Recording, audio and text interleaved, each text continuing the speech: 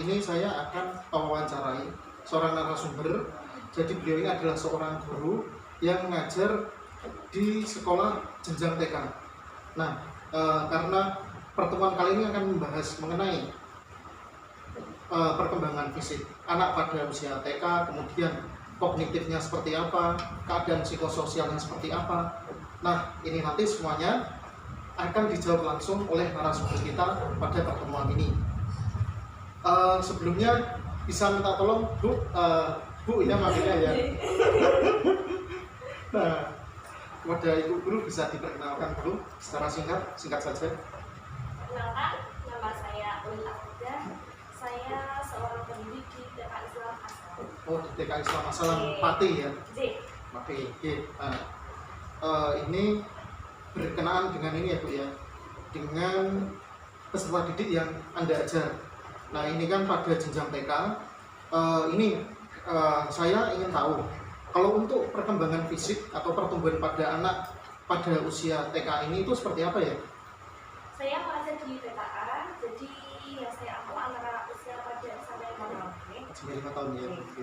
Perkembangan fisik anak usia 4 sampai 5 tahun ini meliputi pertumbuhan berat badan, serta keterampilan fisik dan anak. Biasanya kalau di TK setiap 1 bulan sekali, anak dibimbing dan diukur di dunia. Tujuannya agar guru dan orang tua mengetahui apakah si anak tumbuh sesuai dengan umurnya, apakah ada yang lain. Contohnya seperti stunting. Selain pertumbuhan berat dan tinggi badan, ada juga keterampilan fisik motorik. Keterampilan fisik motorik berbeda-beda sesuai dengan tingkat usia. Contoh fisik motorik anak usia 4 sampai 5 tahun seperti berjalan, berlari, melompat, berjalan di atas 1 kaki, dan melempar dan menangkap, menghasilkan baju, membimbing, dan masih banyak. Oh, berarti memang rutin ya 1 bulan itu dilakukan pengukuran? 1 bulan sekali memang rutin dilakukan pengukuran badan dan berat badan. Tinggi dan berat itu tadi ya, untuk memantau perkembangan fisiknya seperti apa. Oh, gini. Wah, baru tahu saya kalau di jenjang tersebut ternyata ada pengukuran seperti itu ya Bu. Nah, itu tadi kan tentang perkembangan dari fisiknya. Nah, sekarang yang ingin saya tahu mengenai perkembangan kognitif pada usia tersebut itu seperti apa nih Bu ya? Seperti halnya perkembangan fisik anak, perkembangan kognitif anak pun berbeda-beda sesuai dengan tingkat usianya.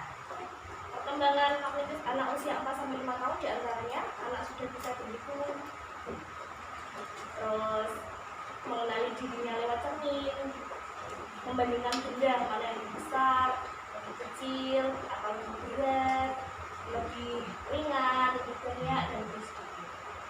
Anak juga mampu memecahkan masalah melalui permainan, contohnya seperti bermain puzzle. Selain itu, anak juga sudah bisa mengumpulkan benda dari yang kecil hingga Oh, berarti lewat game-game permainan tadi seperti puzzle untuk merangsang kognitifnya ya, sangat membantu berarti.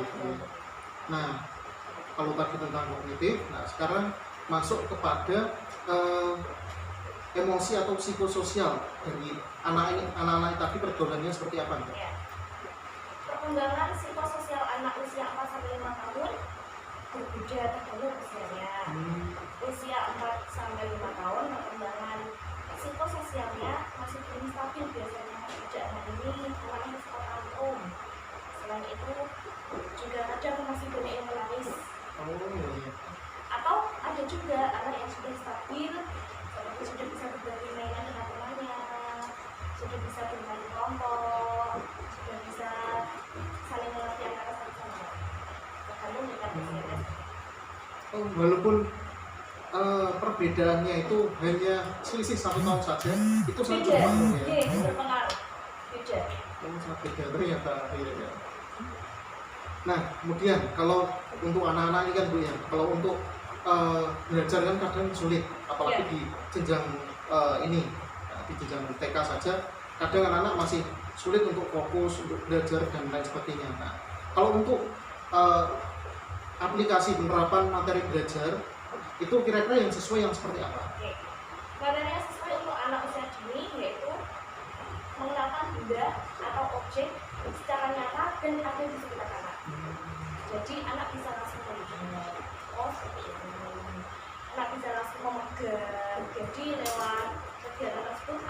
bisa observasi juga. Oh iya.